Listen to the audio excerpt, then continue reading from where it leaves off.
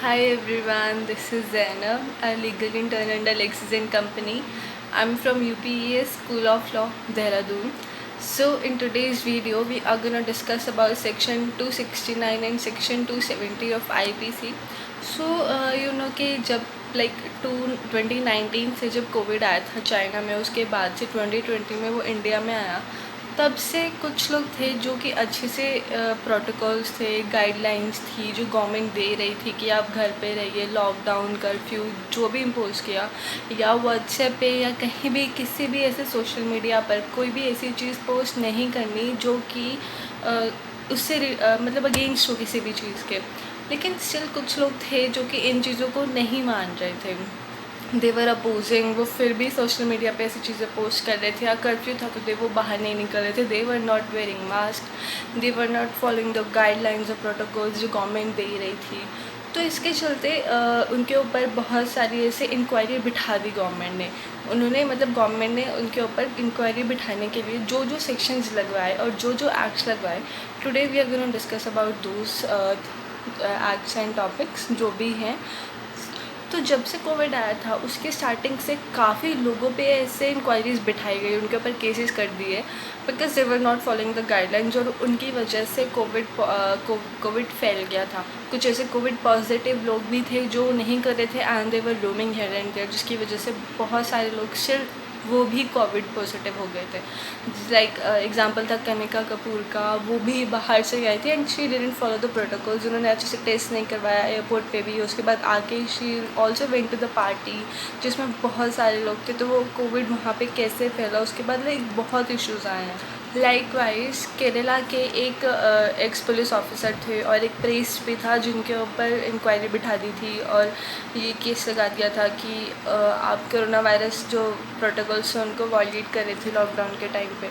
और इसके साथ साथ ही एक IAS ऑफिसर था, he was also booked in Kerala for violating the protocols. वो अपने सिंगापुर के टूर से आए थे एंड देन उनको बोला गया था कि आप अपने घर में रहिए, क्वारंटीन रहिए, but then he went to his hometown और वहाँ पे जाके सब पॉजिटिव हो गए थे। लाइकवाइज एक सोलन कपल था, कांगड़ा वुमेन थी, she was also booked for violating this quarantine protocols.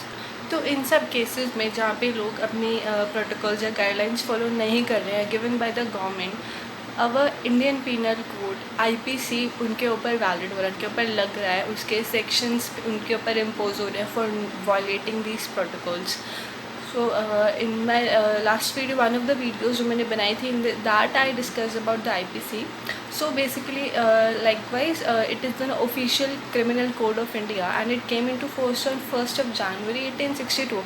Well, it was drafted in 1860 but उसको आने फोर्स में आने में 2 साल लग गए थे। 1 जनवरी 1862 को वो फोर्स में आया था, ठीक है। And it is a comprehensive code intending to cover all substantive aspects of criminal law, जो भी याद है। And this code has been amended several times and is now supplemented to other criminal provisions also. So likewise, ये सब चीज़ें मैंने उस video में डिस्कस करी थी पूरी।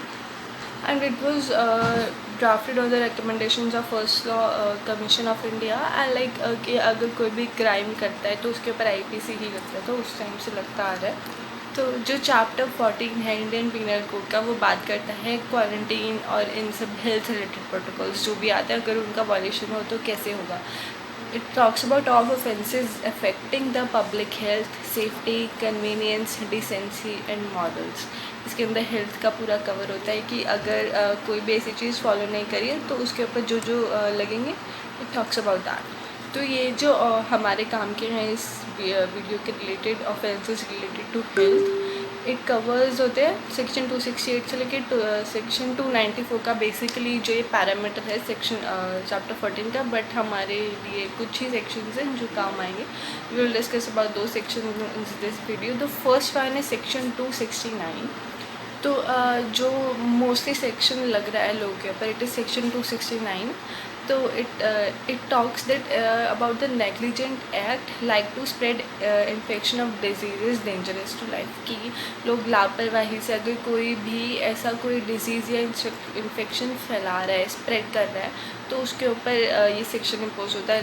क्योंकि अभी कोरोना के टाइम पे यही सेक्शन लग रहा था बहुत टाइम से और अब भी है.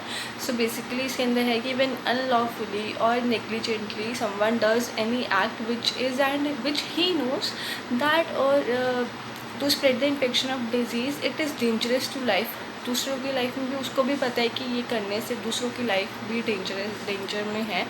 That person shall be punish with the imprisonment, जो कि 6 मंथ्स की हो सकती है और या फिर फाइन और बोथ. तो 269 इस रिगार्डिंग बात करता है. बाकी के section will discuss in the next video. Thank you.